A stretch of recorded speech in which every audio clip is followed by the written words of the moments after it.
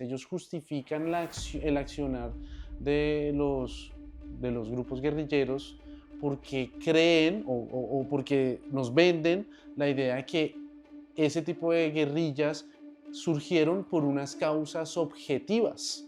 Es decir, señor, si usted fue guerrillero, quiere decir que usted es una persona, usted es un antidemocrático, usted es una persona que no cree en las reglas de la democracia.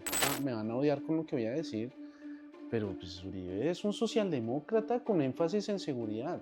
Y además de eso, a quienes asesinaron, masacraron, desplazaron, extorsionaron y les reclutaron a los hijos fue al pueblo.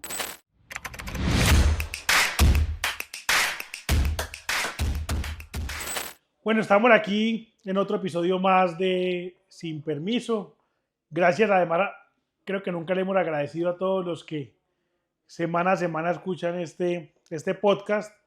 Y hoy estamos aquí con alguien a quien en esta casa en Libertad que admiramos mucho, lo consideramos también de la casa. Esperamos que él se sienta gracias. También en su casa. No, sí, yo me siento aquí en la casa. Buenísimo, que es una persona muy inteligente, que hace un trabajo impresionante por Colombia, un creador de contenido, creo que de los más importantes, que se dedica a defender además la libertad. Eso sí. Le va muy bien.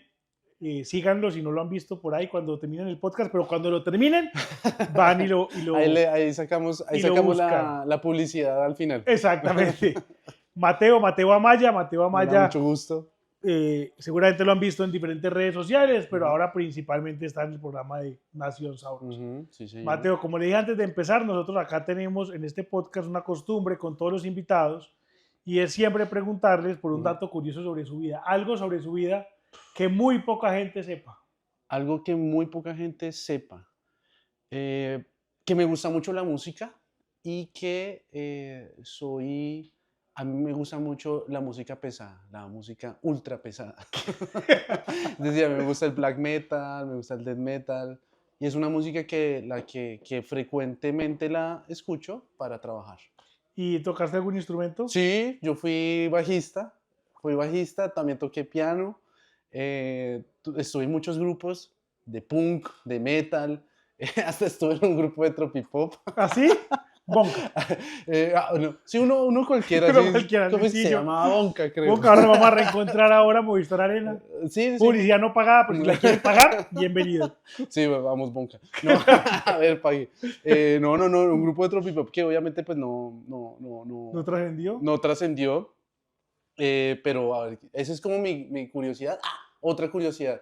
Soy gran fanático de One Piece. No sé si conozca. No One Piece, sino... soy el fanático número 1 de One Piece. Pero One Piece, el anime, el manga. El dibujito animado, el sombrero de paja. Eso serían mis dos curiosidades. Oiga, pero venga, volviendo al anterior. Y entonces usted va a esos conciertos y al pogo y pelea y da puño y pata y todo. Me encanta. Yo soy digamos, en Cordillera, que fue hace poquito, yo fui a 2 minutos. A mí me gusta mucho 2 minutos. Nosotros acá tenemos también otro miembro de esta casa que se muere con 2 minutos, que es Jair Viana. Es un gran grupo. Me fui allá a darme puño y pata porque me gusta. Es como cuando la gente, no sé, hay gente que hace cosas distintas como para sacar como las cosas que le pesan. A mí me gusta meterme al pogo. Esa es la manera para... Es que no, o sea, hay gente que lo que hace es hacer ejercicio, trotar. A mí me gusta darme la jeta con personas. A mí me gusta es meterme a los pogos.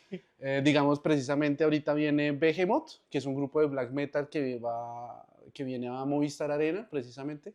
Ahí se voy a ir.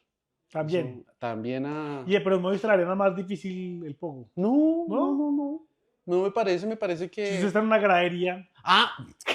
En la gradería sí, pero pues obviamente si tú estás en la gradería, pues no puedes hacer eso. Sí, como con las personas que hace como una ola. Sí. Pero no, obviamente si tú estás allá en la arena, en el lugar donde está uno parado y con la gente, se hace. Sí. Oye, ¿cómo es el cuento que en estos días usted estaba en un poco de esos y alguien lo reconoció? Oye, sí, yo le conté eso, ¿no? Sí. Precisamente fue en el de 2 minutos.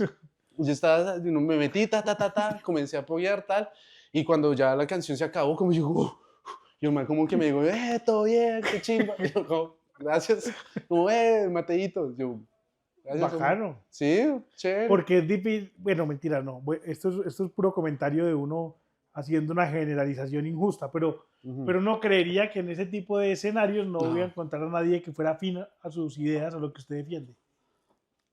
Eso significa que está Sí, haciendo bien la tarea.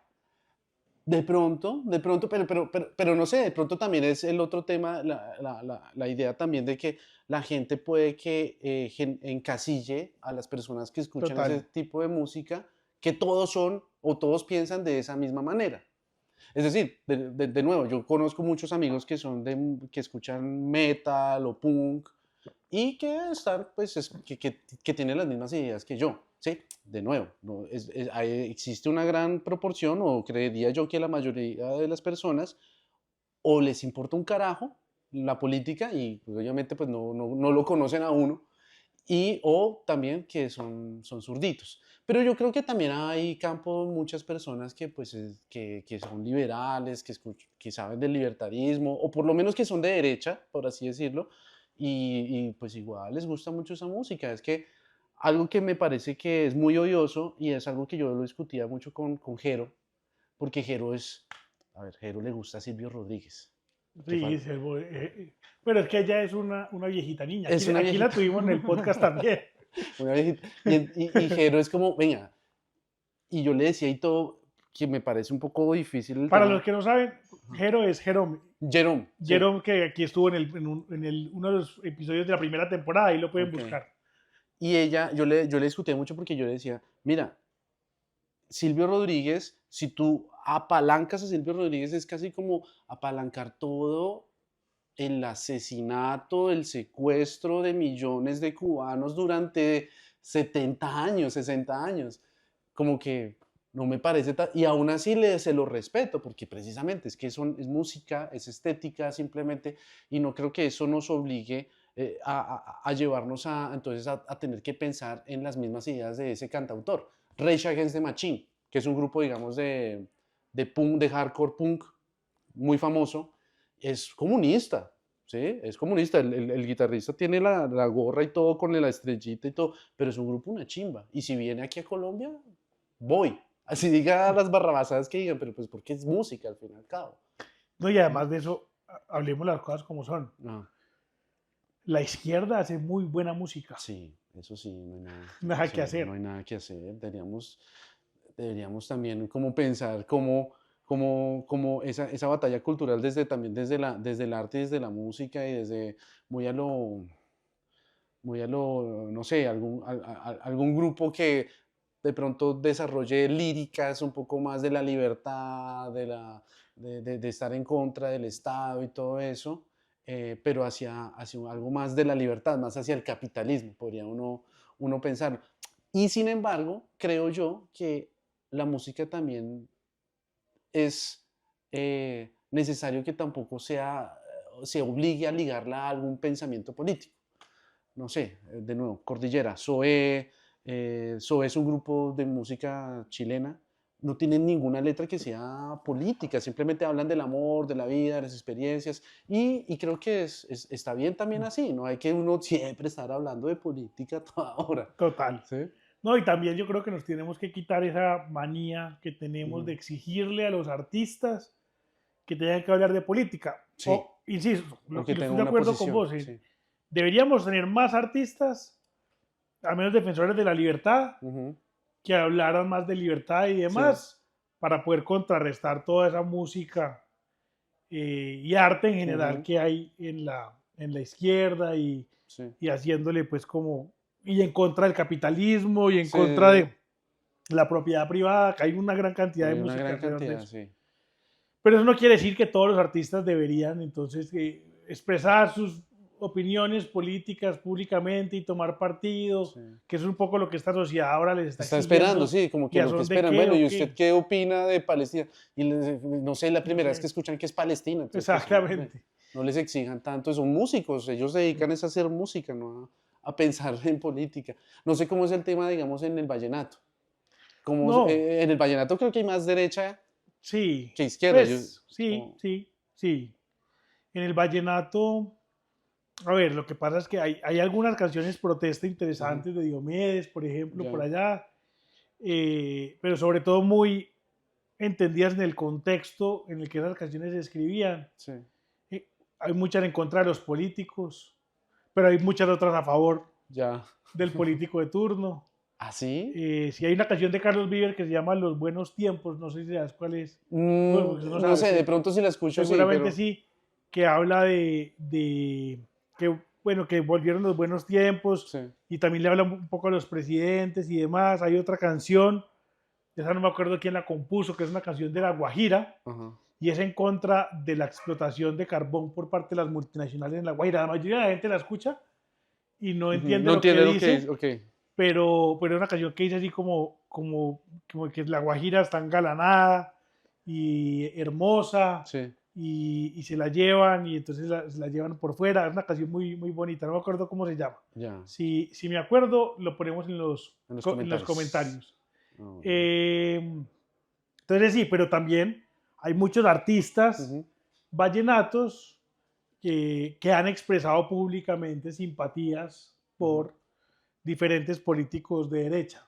Eh, y uno los ve, porque uno ve cómo los Digamos, nombra, ¿no? ¿cómo se llama este man? Silvestre Dangond, ¿no? Ese Silvestre es Dangond, súper como sí, pero abelardista le y todo. bajó. Bueno, lo que pasa es que él era súper activo mencionando políticos en sus Sí. canciones.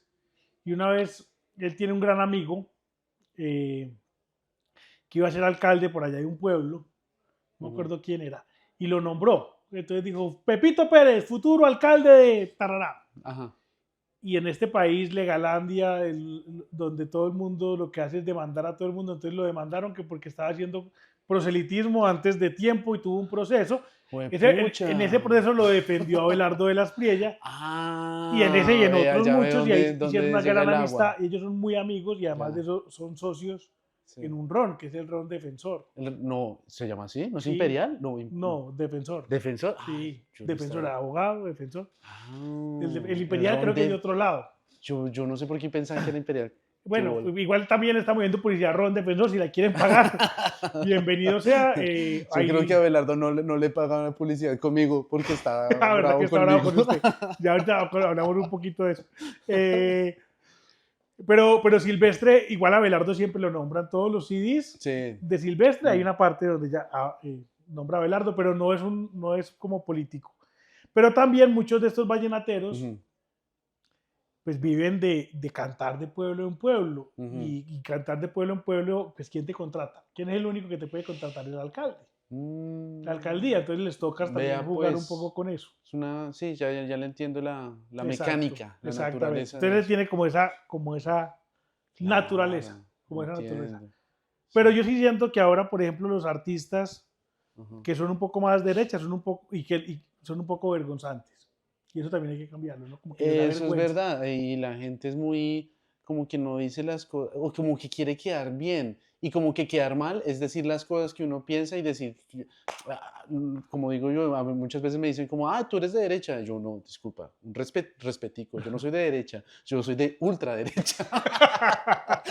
Pero es porque, pues, obviamente que es jodiendo, pero es como, es como, como precisamente por eso, porque esa vergüenza de decir que uno es diferente políticamente a lo que es el pueblo o alguna cosa de ese estilo. Entonces, sí, creo que es necesario decir las cosas al pan pan y al vino vino, Total, ¿sí? Y total. entonces, ay, no, que hubo unos retenidos en el Caquetá. ¿Retenidos? No, señores, son unos secuestros, Sí, ¿sí? exactamente. Ay, no, es que Miguel murió Uribe, no, Miguel Miguel Uribe lo Uribe. No, mataron, lo mataron, señores. tal Nada cual. de medias tintas. Y no lo No, matamos todos. Porque es que eso es otra cosa no, que no, aparece que a mí me da una no me rabia. haga hablar de eso. ¿Cómo Y es así? no, que a Miguel Uribe lo mató. No, no, no, No, no. no, no, no. Pero venga, ¿por qué nos cuesta tanto llamar a las cosas? Por ejemplo, Ujú, ¿usted por qué cree que a los opinadores colombianos ujú. les cuesta tanto decirle a Petro socialista? Sí, yo lo he pensado y sabe que creo que sucede que cuando usted dice las cosas de una manera tan explícita, sin tanta arandela, usted lo ven como poco técnico. Como que, ay, no, entonces como que lo ven, y como es poco técnico, entonces lo ven como menos serio. Entonces, en este mundo de redes sociales y todo eso, si usted, digamos, es un analista político, usted no es, más bien no quiere ser visto como un influencer o como un creador de contenido, sino más bien como el académico, el analista, el que lo citan en La República, el que lo citan en Portafolio, el que sale de Caracol, ¿sí? Entonces, pues, yo creo que es por eso, como, ay, tengo que cuidar las buenas maneras, y no dicen una cosa, como precisamente, y gracias por acordarme, porque yo le he rondado mucho la cabeza a esto, y es como todavía no son capaces de llegar a decir que Gustavo Petro es un comunista, es un socialista, cuando llega en plena Asamblea de las Naciones Unidas a decir que cagada, que no pudimos hacer el socialismo global de Stalin. Es Exactamente. como, ¿en serio qué más quieren? Exacto. Qué más, cuál otro que necesitan más para decirle a este man socialista? A mí me pasó, ¿sabes? Que leyendo el libro de Alejandro Gaviria, el de la explosión controlada. Ah, ya Y sé cuál entonces es, él, sí. él describe y escribe a Petro, lo escribe muy bien, pero en ningún momento dice lo que es decir, ¿por Ajá. qué les cuesta tanto? Y entonces ahora se repite mucho, eso es otra cosa que también me va sacando la piedra. Ujú, Y es que se repite mucho, no, entonces el gran problema de Colombia hoy es el populismo, la polarización. No, no, no, no. ujú. El gran problema de Colombia hoy es el socialismo. Y en realidad en Colombia no hay un problema de extremos. Ujú. Hay un solo extremo, que es el que está gobernando, que está haciendo un daño Pues inmenso. sí. Yo digo una cosa sobre el tema de la polarización, simplemente porque tengo también como ese debate consigo mismo. Y es el tema yo sí creo que hay un problema de polarización, pero entonces la gente me responde. Pero si lo que necesita una democracia es precisamente que haya, y yo, sí, no, de acuerdo, eso es el debate, eso es la diversidad de ideas, pero yo siento, o más bien, yo conceptualizo polarización como cuando ya no estamos debatiendo ideas, sino que estamos creando imágenes respecto al otro, en el sentido de que si usted piensa como piensa, entonces lo declaro mi enemigo, y por lo tanto, al ser declarado enemigo, puedo utilizar mecanismos violentos pues, porque eres mi enemigo, ¿sí? Pues, para acallarte o para arrinconarte, desaparecerte. Es decir, eso es lo que yo digo cuando hablo de que hay mucha polarización. Pero entonces alguien me dice, no, pero entonces no lo deberíamos llamar así. Entonces yo ahí sí le pregunto, entonces, ¿cómo lo llamamos? Porque yo digo, mire, la polarización es cuando esa diversidad de ideas, que es necesaria, ya se convierte en una especie casi que de bandos de personas que se miran con recelo y con desconfianza y que eh, se legitima casi que una especie de accionar violento hacia la otra persona.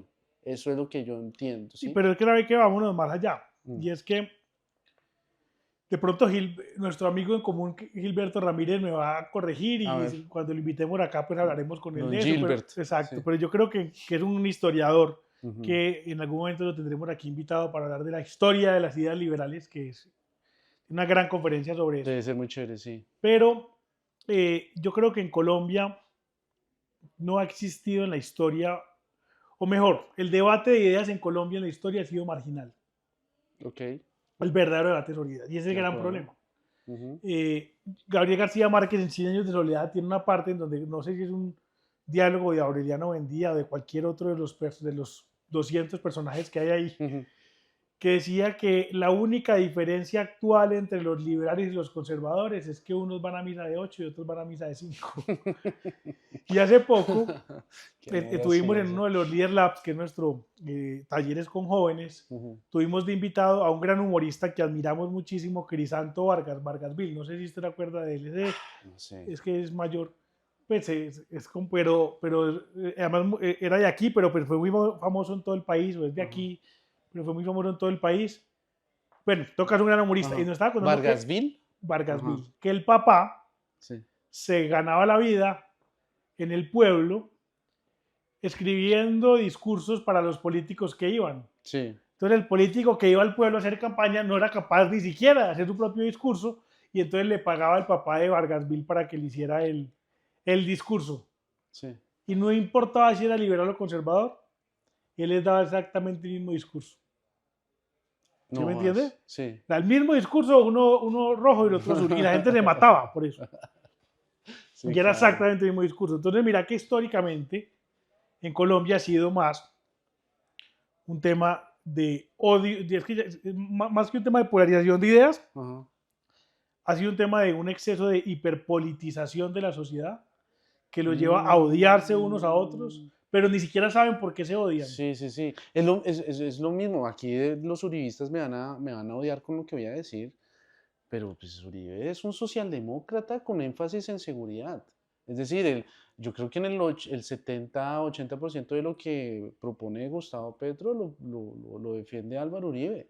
Solamente que sí, es como un socialismo camandulero que va a misa y tal cosa, que le importa la seguridad y ya. Pero No sí, hay, total, o sea, es no decir, hay- no hay mucha diferencia.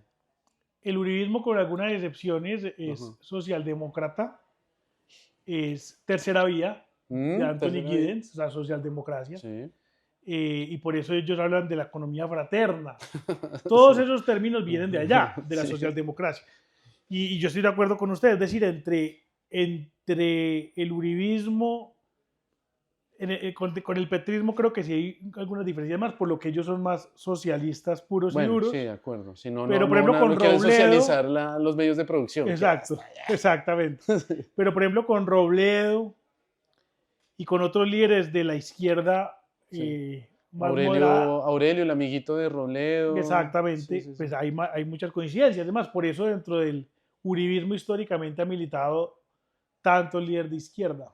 José Ujú. Obdulio Gaviria era de izquierda antes, ¿no? Tenía un movimiento que se llamaba Firmes. Claro que ahora se ha puesto a estudiar muy juicioso y se ha vuelto un poco libertario. ¿Sí? Sí, Ah, sí, sí, sí, vea sí. pues. Gracias a Milei, creo yo. De pronto él ve esto Vea pues, qué bueno por Milei. y me Qué bueno que corrige. Milei hacía como esa irradiación, como esa especie de energía radiónica que lleva a que las personas digan, oye, ¿qué es esa vaina de narcocapitalismo? Y Total, por lo menos se pongan a investigar un poquito sobre el tema, chévere. total, total. Entonces, mira, Sí. entonces aquí, entonces, exacto, entonces las diferencias, dígame, A ver. que hablemos un poquito de esto. Cuando yo decía que éramos felices y no lo sabíamos, Ujú. cuando en el 2010, Sí, eso fue en el 2010, ¿cierto? no sé, ¿qué? 2000, no, 2010 sale Uribe, o sea, no, 2014, Ujú. 2014 Juan Manuel Santos. íbamos a elegir entre Santos y Zuluaga. Ajá. Dígame qué diferencias ideológicas había ahí. Nada. Lo único era el tema del La acuerdo de paz, paz. Es más, la votación entre Zuluaga y Juan Manuel Santos fue por acuerdo de paz. No había nada diferente, no creo, ¿cierto? En el 2014 que fue la votación, no hubo nada diferente. Era, y bueno, ahora que lo vemos en este momento, pues sí era un tema importante en el sentido de que, pues sí, es decir, increíble que un delito de lesa humanidad se pague plantando árboles y diciendo que la guerra es mala en un colegio. total. Eso sí, me parece que es Sí, detestable. sí, esa ¿No? supuesta sentencia de la JEP Sí. fue una vergüenza Sí, no, no, absoluta. no. Y también para el otro lado, porque es decir, también hay que decir que pues, el ejército también hicieron unas cosas muy malas y también salió una del caso 03, que es el caso de ejecuciones extrajudiciales. eh, Creo que fue el de La Popa, bueno, creo que fue el de Santander, el del norte de Santander. Y también, pues también fue así, 8 años de sentencia de decir dónde están los desaparecidos.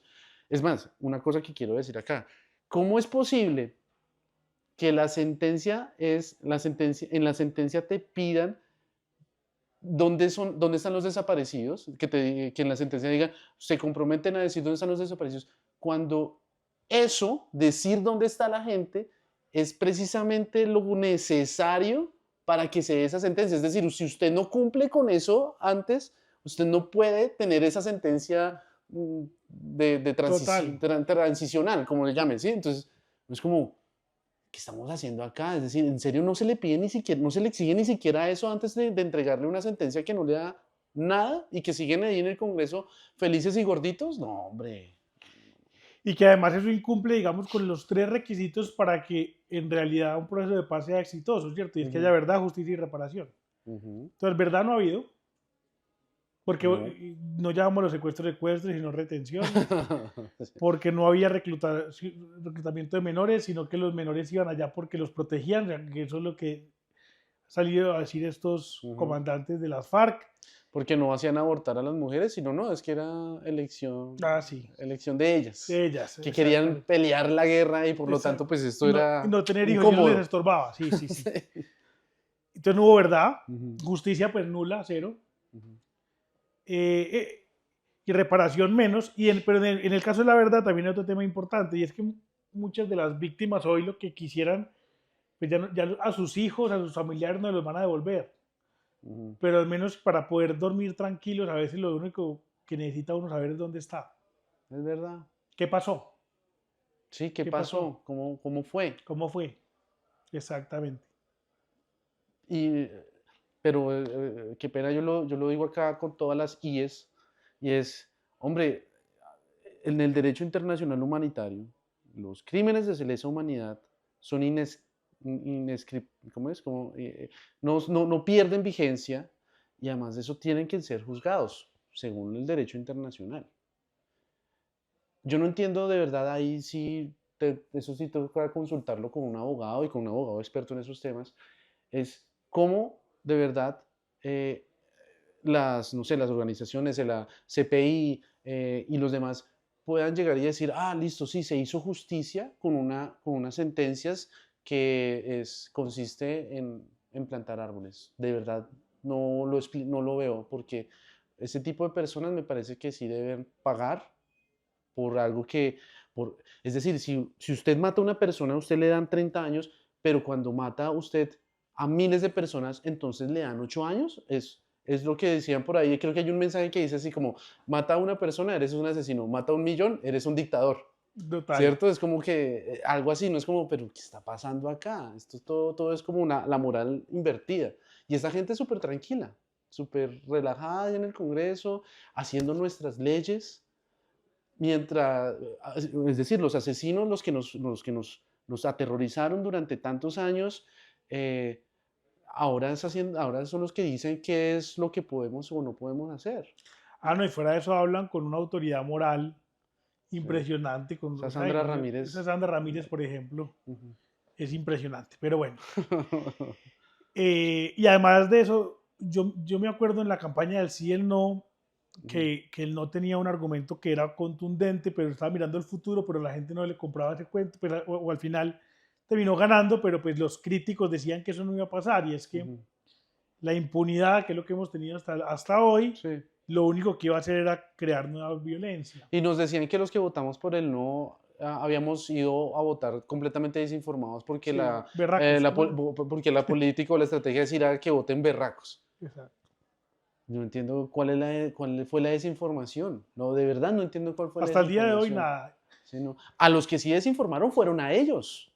Porque yo veo, digamos, algunas cápsulas de entrevistas cuando entrevistaban a Juan Manuel Santos sobre el tema del acuerdo de paz, y él decía, curules no va a haber, curules las tienen que buscar o las tienen que pelear, pelear en el buen sentido democrático de la palabra, sí, pero no, es decir, fueron 3 periodos, ¿cierto? Fueron 3 periodos, este es el último, y creo que estaban hablando de que querían buscarlo otra vez esa vaina, pues claro, para no hacer nada, para no decir una grosería acá, no hacer nada, pero eso sí, ganarse 50 palitos. De cuenta de nosotros. De cuenta de nosotros. Después de haber asesinado, torturado, secuestrado, extorsionado, reclutado menores y un larguísimo, etcétera. Cosas que todo el mundo sabe que hizo esa gentuza. Yo a veces me pregunto, o mejor, les pregunto, a aquellos que todavía hoy defienden el proceso de paz, y es si ellos hubieran estado iguales, o lo hubieran apoyado de la misma manera, si ese mismo acuerdo de paz se lo hubieran aplicado a los paramilitares. Una muy buena pregunta. Y ese es el tema, ese es otro tema también. Es como, venga, esta gente habla de que la paz, de que las trizas del acuerdo de paz, que Uribe Paraco, el pueblo estaba berraco, y Uribe fue el que los mandó, los extraditó a Estados Unidos. Cuando estoy en pijama de naranja. Los mandó a Estados Unidos y los mandó a cárcel física, a estos paramilitares, estos asesinos desgraciados. Y y para ellos esa persona que los mandó a la cárcel es el Uribe Paraco.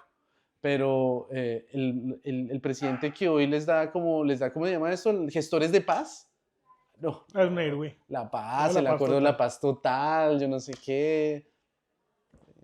Así no se hace paz. Pero venga que, a propósito que le metió en eso y hablamos de esa herida y ese hueco, Ujú, y es, ¿a usted no le parece que tenemos un trabajo muy grande? ujú, Porque yo siento especialmente que en algunos sectores intelectuales, sobre todo, y académicos, los delitos de izquierda para ellos, son menos graves que los delitos de derecha. Entonces, históricamente en Colombia lo que yo he sentido es que le hemos disminuido la gravedad a los delitos de las guerrillas comunistas, de las ujú, FARC, el ELN claro. y el M-19, y le hemos aumentado la gravedad a los delitos de los paramilitares, que podríamos decir entonces fascistas. Ujú. Pero entonces significa en Colombia, sobre todo en esos círculos intelectuales, que entonces hay muertos, hay víctimas Es que son muertos de primero y justificados. segundo orden. Son muertos justificados, digamos, me acuerdo de una cápsula de Carlos Gaviria, el Papá Noel, eh, que le decían como, usted defiende los secuestros. Y el man se voltea y dice, sí, los defiendo porque eran necesarios, porque se justifican. Y es eso, son muertes justificables. Ellos justifican el accionar de los grupos guerrilleros porque creen o porque nos venden la idea de que ese tipo de guerrillas surgieron por unas causas objetivas, ¿sí? Entonces, no,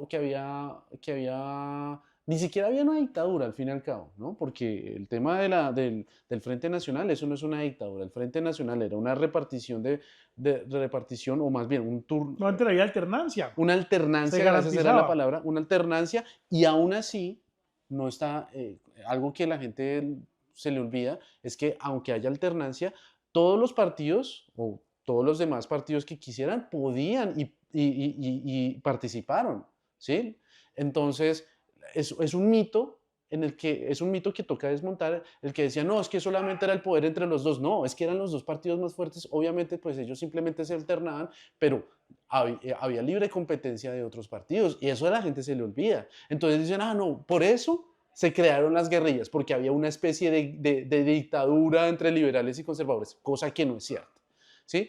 Y entonces que éramos muy pobres y que yo no sé qué, de acuerdo, había, digamos, muchas desigualdades, muchos problemas, pero de verdad eso justifica que lleguen unos malparidos a tomarse, a buscarse el poder por las armas y después salir a los medios de comunicación y salir súper orgulloso y decir, no, yo fui guerrillero. Es decir, señor, si usted fue guerrillero, quiere decir que usted es una persona, usted es un antidemocrático, usted es una persona que no cree en las reglas de la democracia y por lo tanto no me parece para nada, de ninguna manera, que usted se sienta orgulloso y además de eso que la gente lo avale como el revolucionario, cuando precisamente lo que usted, al fin y al cabo, usted lo que es un golpista, ¿sí? Es eso, los guerrilleros fueron golpistas. Y bueno, y después ya en los años 90 ya les gustó tanto el negocio de la guerra que pues se quedaron ahí, ¿sí? Ya no son golpistas y como se volvió transformando, ya no son golpistas, sino simplemente ven, muy Paul Collier, el académico del conflicto, de la economía del conflicto, no, pues ya se quedaron porque vieron que hay un negocio detrás de la guerra, pero son unos malditos golpistas, entonces no me jodas que estas personas ahora se ven de democráticos y que nosotros luchamos por el pueblo, nada, ustedes no lucharon por el pueblo, ustedes lucharon por el poder, por llegar allá en el poder y consumir las mieles del poder, entonces... Y además de eso, a quienes asesinaron, masacraron, desplazaron, Ujú. extorsionaron y le reclutaron a los hijos fue al pueblo. Exactamente. No Exacto. era, a los ricos le hicieron mucho menos daño Pues sí, ¿no? Los que ricos el, se resguardaban en sus ciudades. claro, que el que le hicieron.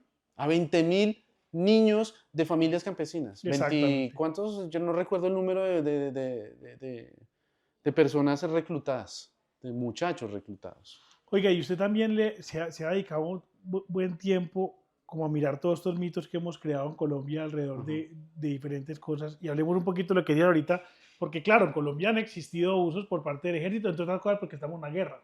Ujú. Y han existido no solo abusos, actos de corrupción, y en la época de los 90, finales de los 80, pues las fuerzas militares estaban muy cooptadas por el narcotráfico. Sí, Pero también está este mito de los falsos, del número de los falsos positivos. sí. De los 402. 6.402. Número tan... ¿Dónde sale ese número? Ese número sale de una sentencia, no una sentencia, un estudio que hizo la JEP en el 2021 que cogió, pues, la JEP de qué se alimenta de puros informes, ¿sí? Sean buenos o malos, pero se alimenta de informes de distintas ONGs, de la Fiscalía, del Centro de Memoria Histórica. Y entonces lo único que hizo, para hacérselo muy sencillo, obviamente es un poquito más complejo, pero cogió algunos informes de los, ¿cómo diríamos? De los denuncias de falsos positivos. Cogió todos, todos, todos, todos. Los puso en un Excel obviamente con un software, simplemente borró los nombres repetidos, pues porque obviamente son varios informes, pues tendrán nombres repetidos en muchas ocasiones, porque hay muchos que son obviamente reales, nadie está diciendo que no sean reales, que ese es también el mito que dicen, no, el que Entonces no cuestiona el número existió. 606.402 es porque dice que no existieron. Obvio que sí existieron, y obvio que es horrible, pero a ver, entonces cogieron todos esos informes, los pusieron en el Excel, quitaron los nombres y dijeron, ya, este es el número, 6.402. Ese es el número de casos proyectados que se piensa que hubo falsos positivos. Entonces uno dice, espérese un segundo, porque es que toda la izquierda en 2021, y uno veía, yo en Bogotá, casualmente, yo en Bogotá, yo vivía a 2 cuadras de la JEP, en esa fecha, uno veía las calles, pues esa séptima, uno la veía completamente cerrada, con unos muchachos universitarios haciendo circo, bueno, esas vainas que hacen y escribiendo 6.402 por todo lado, 6.402.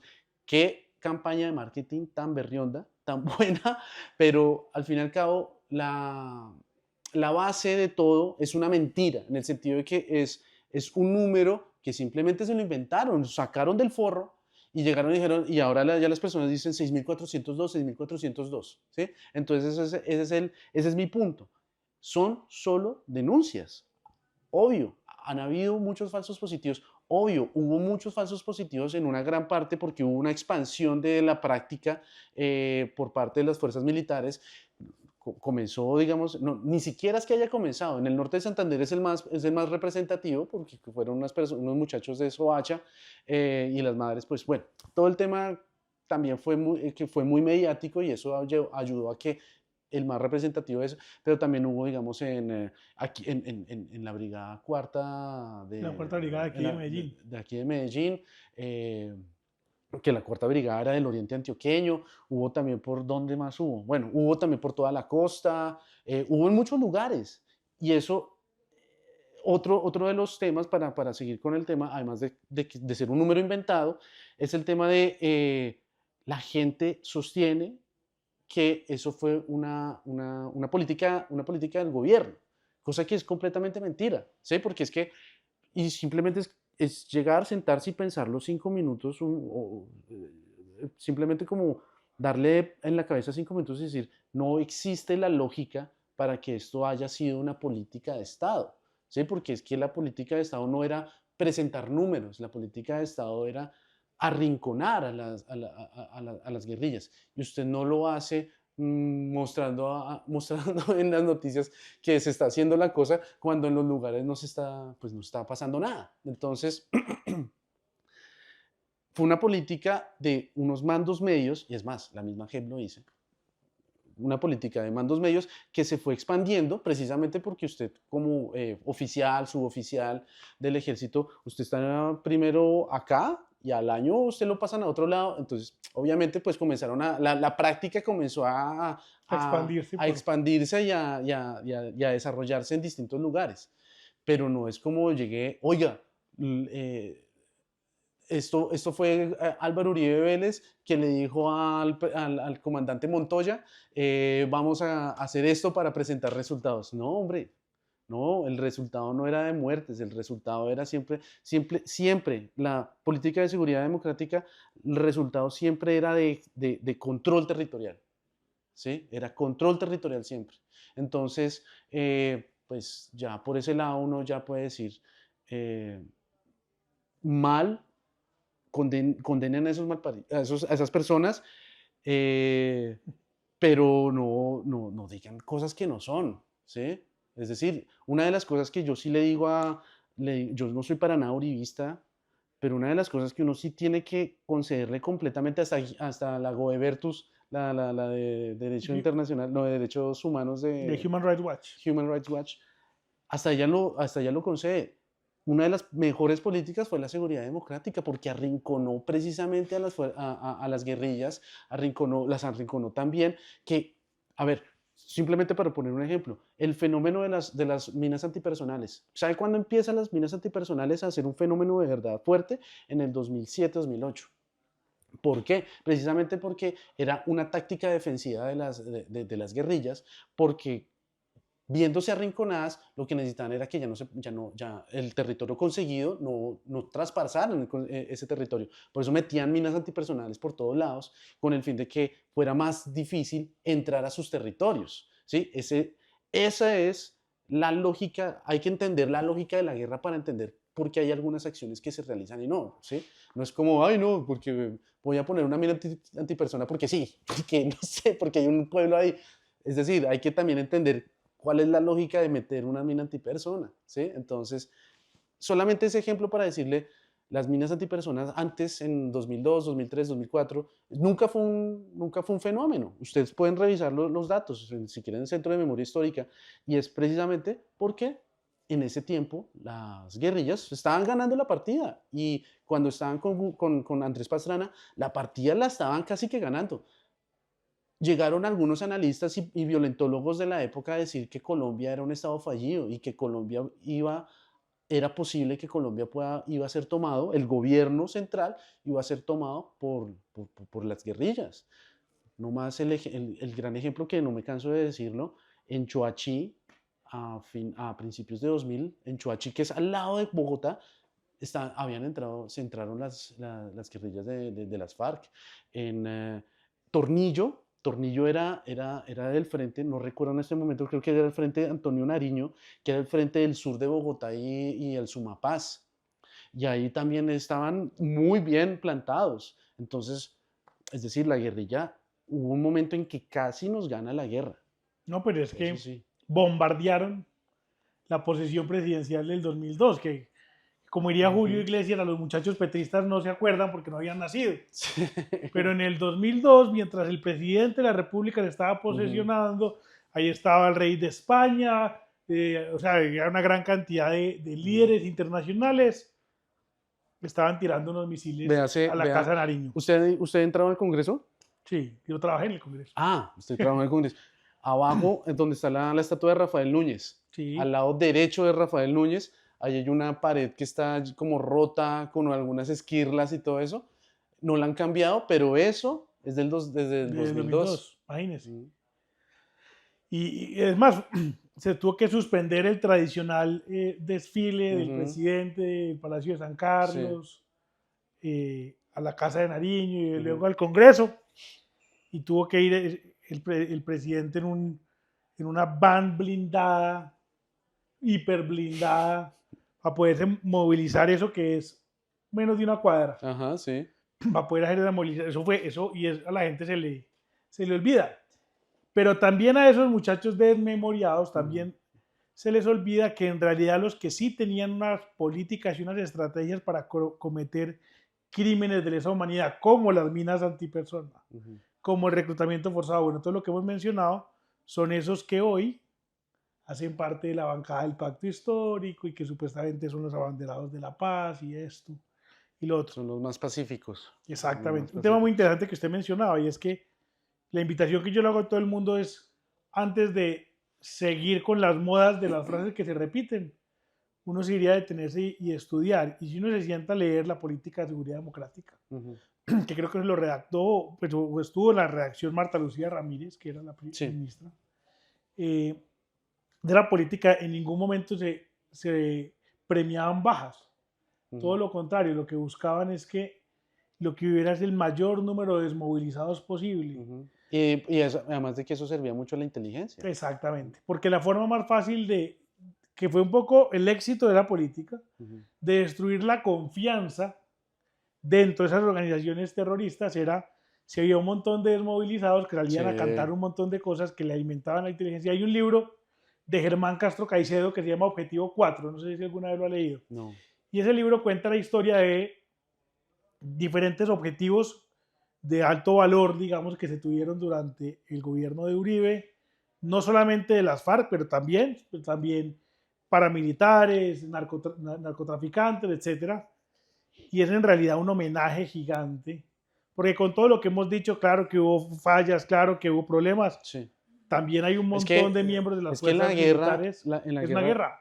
en la guerra lo primero que cambia es la estrategia. Es decir, Exactamente. el plan de operaciones es lo primero que pasa desde el principio que se ejecuta un plan de operaciones, un plan estratégico, es el mismo plan. Esas son las circunstancias. Cada vez todo cambia. En la guerra es un caos. Exactamente.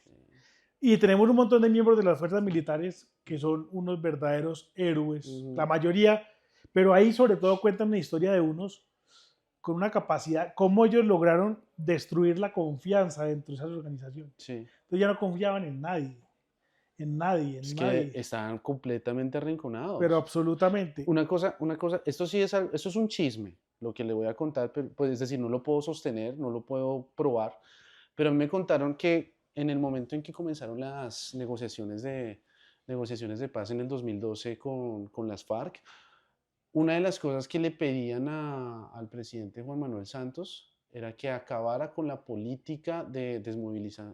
¿Se acuerda de Desmovilización, las velitas que claro. ponían en los ríos y que desmovilízate, Y los los helicópteros helicópteros que tiraban. tirando los papeles, que acabara con eso porque los estaba diezmando? Y que el presidente Juan Manuel Santos parece que accedió y que la política más o menos no se acabó, pero sí La disminuyeron al el máximo. financiamiento la redujeron absurdamente.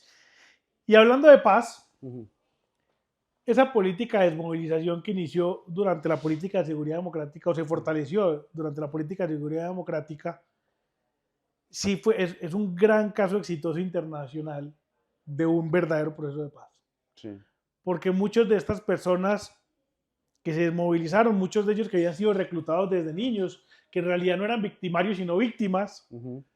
terminaron después de un proceso gigante con la sociedad civil, con los empresarios, terminaron exitosamente reintegrados a la sociedad. Ujú.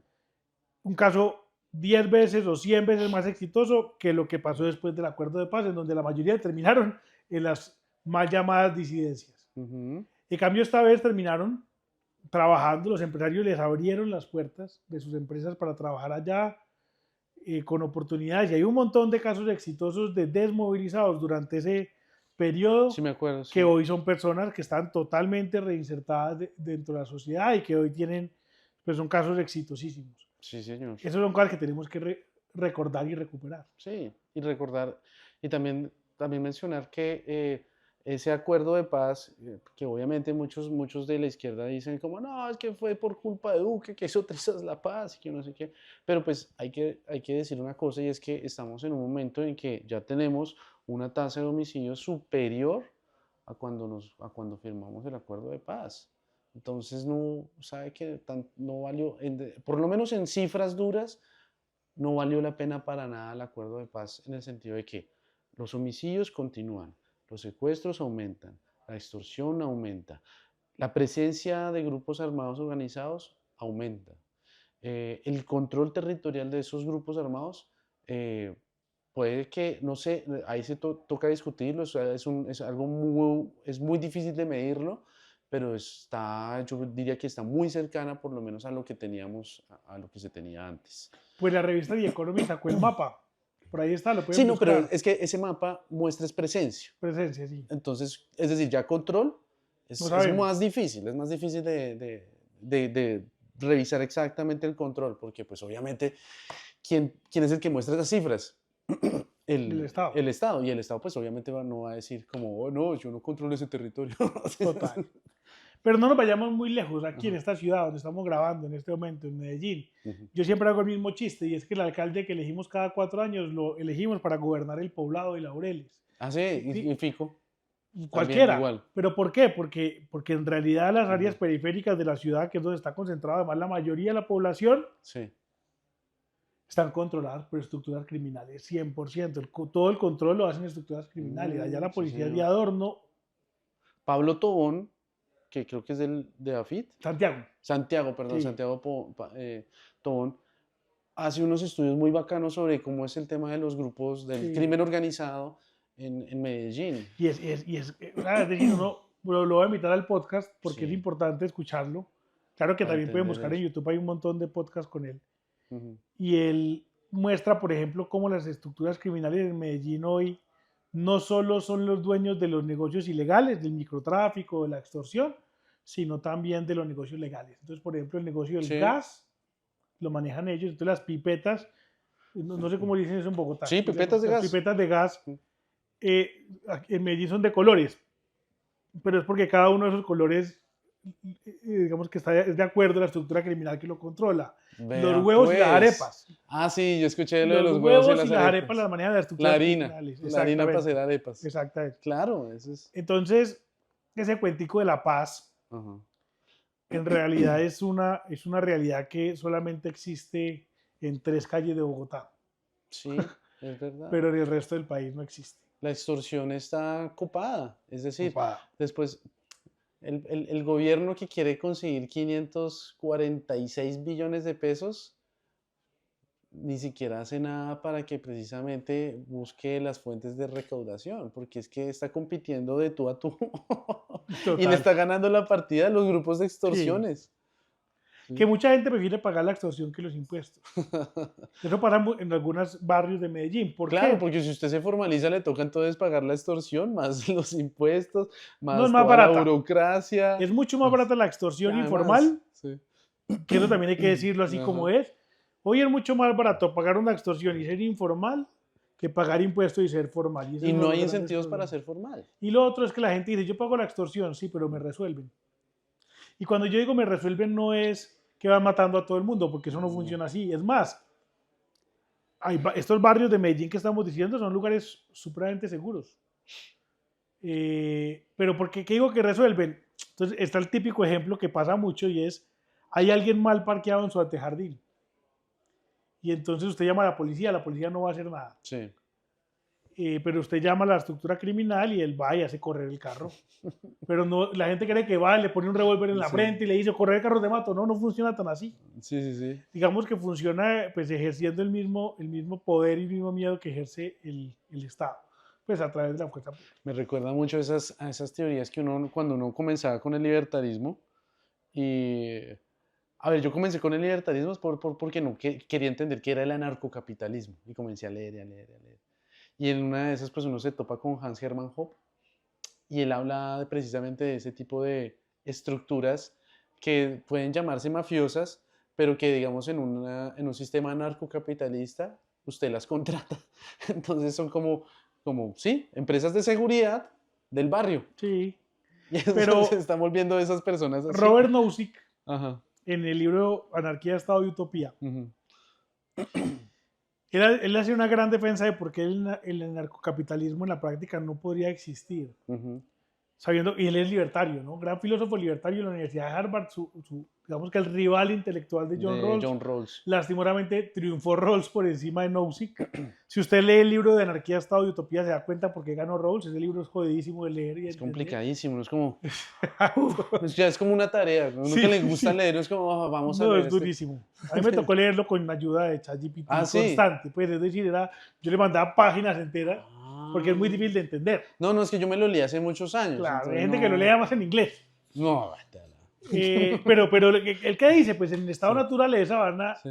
surgir de manera espontánea diferentes empresas de seguridad privada, porque es lo más eficiente para protegerse, pero va a llegar un punto en donde va a haber una que sea más fuerte que las otras y todo el mundo va a preferir, digamos, afiliarse a esa una y entonces ahí surge el Estado. Ujú. Y eso es lo mismo que ocurre. Es decir, hay barrios enteros en donde había un conflicto entre diferentes estructuras criminales, pero termina triunfando una porque termina siendo la más grande. Sí. Y al final termina pasando lo mismo. El problema del Estado colombiano es que esa función, que es su función esencial, pues renunció a ella. Pero antes de para que vayamos Cerrando. cerrando, usted que le dedica su vida a crear contenido para popularizar estas ideas, la libertad en Colombia, para que los Sí, colombianos entiendan qué es eso de ser libres y cómo hacen para ser más libres. Yo siento, yo percibo que esto es una revolución silenciosa, en el sentido de que mucha gente no se da cuenta, pero cada vez hay más adeptos, cada vez hay más personas. ¿Usted cómo lo ve?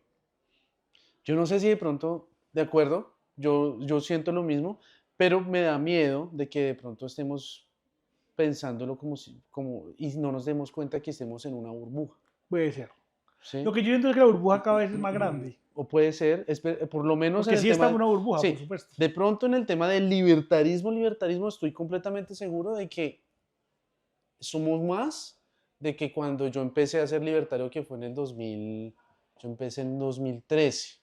Yo no sé si usted conoce a Julio César Mejía. Sí, claro. Julio César Mejía fue como el que me indujo a esas ideas. Comenzamos a hacer un tema de Students for Liberty. Está en Fraser. Él ahorita está en Fraser, Sí. está en el Fraser Institute. Pero entonces comenzamos ahí, después comenzamos con Daniel Reisbeck. Daniel Reisbeck se fue a la alcaldía de Bogotá. Yo voté por Daniel Reisbeck. Qué ¿Cuántos votos bueno. ganó? Como 20.000 votos. Y usted estuvo entre los 20.000. Entre los 20.000 votos, que obviamente nada. Pero, pero yo siento que ese grupo, que antes éramos, sin exagerar, en Bogotá por lo menos, 12 personas, cada vez es como más grande, por lo menos no en un solo proyecto, Students for Liberty o Libertad o lo que sea, sino cada quien haciendo distintas cosas y algunas hasta ni siquiera hacen nada respecto a esto, pero que les llegan las ideas. Entonces, en eso sí, pero no sé si de pronto ya el tema, digamos, de decir, como ya ponerlo en un rango más grande que es antisocialismo, para, Ahí ya es mucho más grande. que es mucho más grande, no sé si estemos ganando la pelea o no. Yo quiero creer que No, sí. yo creo que la batalla, no la guerra no la estamos ganando, Ujú, pero creo yo, sí. pero al menos algunas batallas. Sí, por lo menos las batallas las estamos ganando, pero lo que me preocupa en esto es que este señor Gustavo Petro está con toda con los medios de comunicación. Una cosa que nos contaba, digamos, Daniel Briceño era que la plata que le entrega RTBC ya no solamente crea contenido, sino que RTBC es operador logístico de medios para repartirle plata a los medios de comunicación, le está dando mucha plata a los medios de comunicación y usted ve todo el tiempo, usted escúchese Caracol Radio, Blue Radio, escúchese las radios comunitarias en los pueblos, escúchese solamente las redes sociales, todo el tiempo es propaganda pura y dura todo el tiempo. Y entonces están metiéndole propaganda hasta los mismos, es decir, un DNP, No, Dirección Nacional de hábleme Planeación, hablando del no sé, Instituto Geológico Colombiano. sí, algo, es como, O señores. sea, tiembla y la gente le mete a ver qué pasó y dónde tembló y cuál fue y lo que encuentra en el discurso de Petro. Sí, entonces uno dice, me preocupa mucho que estamos peleando contra un Goliat, por lo menos en temas monetarios, el man está haciendo la tarea y la está haciendo muy bien. Y en el tema también, digamos, de no solamente esa publicidad o esa propaganda, para no decirle publicidad, sino esa propaganda que está haciendo el gobierno, no solamente queda ahí en esa plata institucional, sino que además utiliza dinero del Mintic. Mintic ha realizado una gran cantidad ¿cómo diríamos?, de lo que usted hace, pero a lo grande, ¿sí? Entonces le dice a las personas, listo, mire, así es como se saca un WhatsApp, así es como se escribe un WhatsApp. Recuerda, hagamos un ejemplo, escribamos, Gustavo Petro, qué grande es.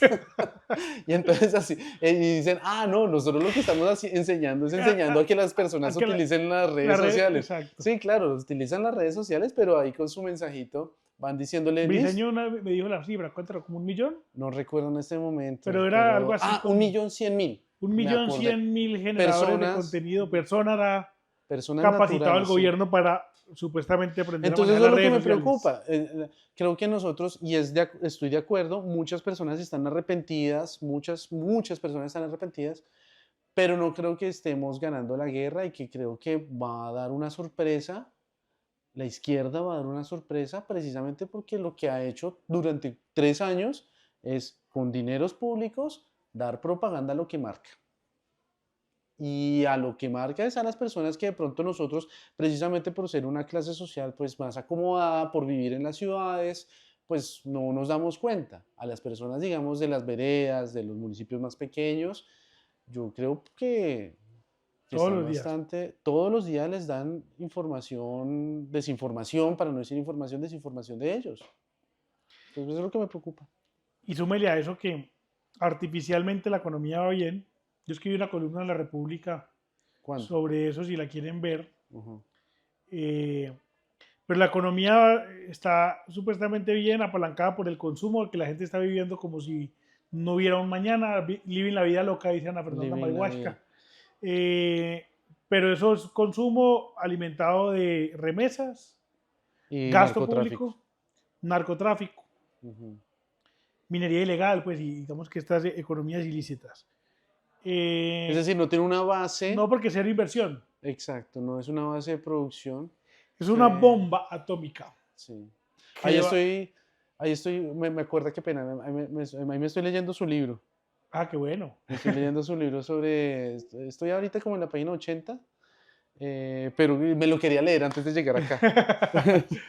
¿Pero qué? Pero sí, me recuerda precisamente porque es eso, es que hace falta una base productiva que no existe, sino que en este momento lo que está pasando es consumo, consumo, consumo, y como decía, y como obviamente por eso es que Keynes tanto se equivocaba, y en eso también se equivocaba, el consumo pues no crea la base sostenible para que haya un Exacto. crecimiento prolongado y pues alto. Entonces, creo que al presidente que le toque, Le va a tocar durísimo. le Le va va a a tocar estallar una muy duro. bomba en el tiempo, salvo que haga rápido lo siguiente. Y es que, pero lo que pasa es que yo no soy tan optimista como la mayoría de las personas Ujú. son. Y yo estoy de acuerdo con todo lo que usted acaba de decir. Y yo no veo tan fácil que en el 2026 no siga gobernando la izquierda. Inclusive podría ser un presidente peor que Petro. Un No, Quintero. exacto. Yo creo que Quintero es peor, Quintero es peor, claro. ¿cierto? Claro que Quintero tiene, fuera de las ideas de Petro y Ajá. demás, llamémoslo que un apetito por los recursos públicos para no meternos en problemas gigante, insaciable. Sí. No, y además de que una cosa es que Y es muy sí, mentiroso. no, además, Gustavo Petro es un genio de las comunicaciones, eso sí no es innegable, pero creo que el superdotado en Es comunicaciones Quintero. es Quintero. No, Quintero es jaque mate en eso. Es, Es un animal. es un animal.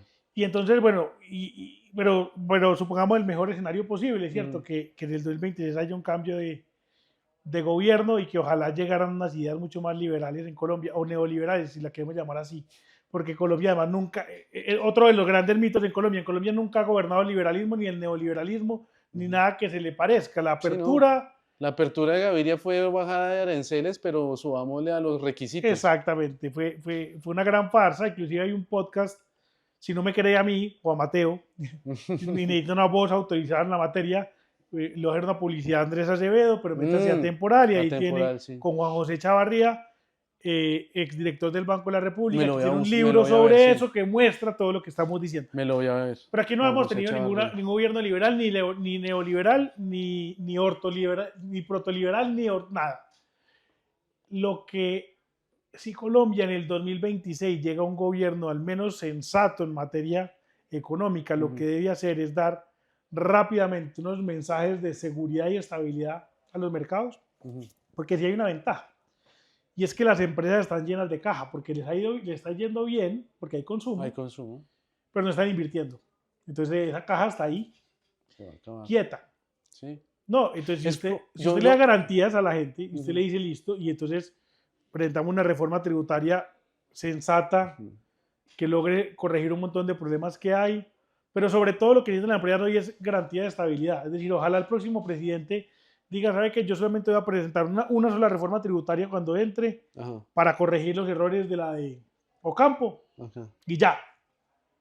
Y ya, y no puede ser, no voy a volver a tocar el tema tributario al menos en estos 4 años. Eso daría un gran Da mensaje confianza, por lo menos da confianza. y la gente y saldría a invertir, porque la gente tiene mucha plata para poder invertir. Sí. Entonces, eso podría reactivar la economía y evitar la crisis. Pero para eso necesitamos, pues necesita que gane alguien sensato. ¿Y usted quién, para usted, quién es Y sensato? no, cuando la política se convierte en la economía, en el arte del espectáculo. Cuando gana el que tiene la economía de la Como atención y decía el Mario monopolio Vargas de la Llosa. atención, Sí. exactamente. La sensatez se destruye, no hay sensatez hoy, no va a haber sensatez. Pero para mí cualquier cosa, y me refiero a cosa, puede ser esta mesa, Ajá. que no sea la izquierda radical que gobierne hoy Cualquier es cosa. mucho mejor. Una barra inerte de Exacto. carbón. Y entonces me preguntan, pero usted, yo no voy a apoyar a ningún candidato, pero voy a votar, Sí. obviamente, Ajá. por cualquier persona que pueda ganar. Y mi espectro Bien. arranca en Sergio Fajardo y termina en Abelardo de las Piedras. Es decir, Pucha, estoy es dispuesto a bastante votar alto, por es bastante Fajardo, por alto. Abelardo y todo lo que hay ahí adentro. Yo le quiero decir una cosa y qué pena yo, solamente como para terminar, es que yo no soy abelardista, pero debo decir una cosa que me pareció, de verdad me pareció muy interesante ese man. Empezó con Enrique Gómez. A mí Enrique Gómez, Enrique Gómez para mí es como, Es el hombre, es, Enrique Gómez, ¿sí? ¿por qué no gana? Por- Porque es sensato. Sí. Entonces, me parece primero muy bueno eso, Enrique Gómez. Y otra cosa, y es que yo estimo mucho a Daniel Reisbeck. Obviamente Daniel Reisbeck es muy poco conocido, pero es decir, ese tipo de, como diríamos, de espaldarazos de Sí. personas que a mí me parece que son muy íntegras, primero, muy íntegras, y además de eso que están muy cerca de mí intelectual, o ideológicamente, para no decir intelectual, me lleva a decir como, ¿sí me entiende? Como que cada vez me da No, como y dos que cachetadas a Abelardo cuando yo no soy abelardista, ¿sí me entiende? dos Como, cosas puf, que puf. a mí también me gustaron. Y es, Ah, yo admiro profundamente a Daniel Reisberg, creo que además es una de las personas más inteligentes que tiene Colombia, que ojalá Colombia lo escuchara mucho más. ujú. Segundo, conozco el trabajo que él hizo de reducción del Estado, es lo más juicioso que se ha hecho.